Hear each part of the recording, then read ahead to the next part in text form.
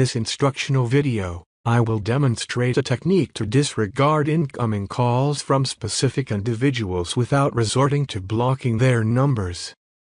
This method provides you with the flexibility to manage interruptions effectively while maintaining a professional demeanor.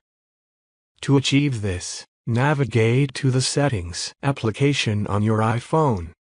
Within the phone settings, locate and tap on the Focus feature.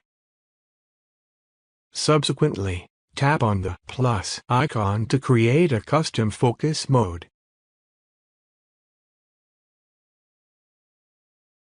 Assign a suitable name and icon to your custom focus mode. Then tap on Continue. On the subsequent screen, tap on the People option. Select all contacts from your contacts list.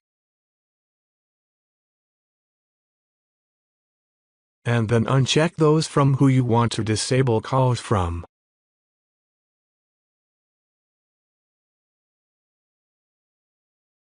Although you will not receive audible notifications or visual indications of incoming calls from the designated contact, you will still be able to view missed calls in the call logs. This approach empowers you to manage interruptions strategically and prioritize your time efficiently while upholding a professional image.